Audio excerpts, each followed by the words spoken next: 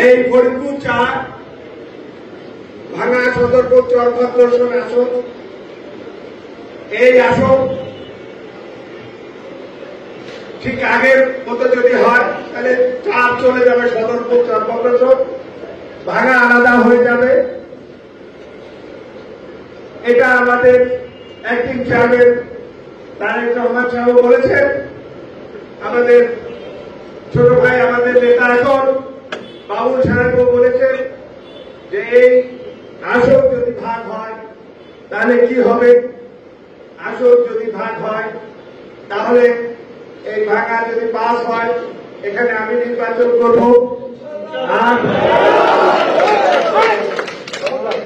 আর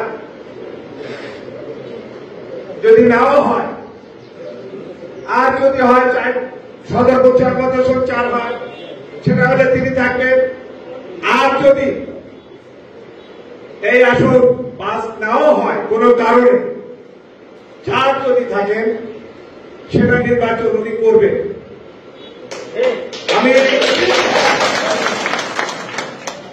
আমি আমার কিছু গত পরশুদিন আমাকে অ্যাক্টিং চেয়ারম্যান জনাব তারেক রহমান সাহেব আমাকে ডেকে পাঠান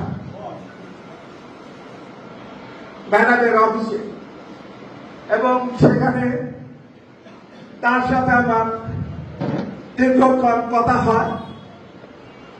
সেখানে তিনি আমাকে নির্দেশ দিয়েছেন, সেই নির্দেশের কথাটাই আমি আপনাদেরকে বলছি।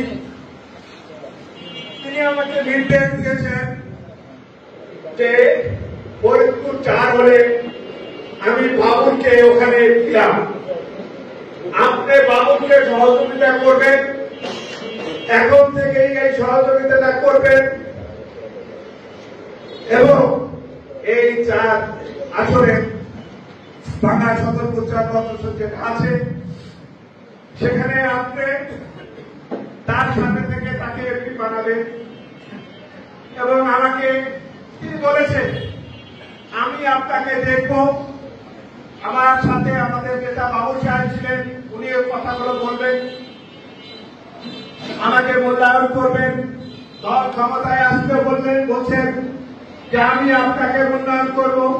আমি আমার কিছু কথা বলেছি, বাবুল সাহেব ছিলেন আমার সাথে, আমার অ্যাক্টিং চেয়ারম্যান, আমার ইতিহাসটা আমি তুলে ধরেছি।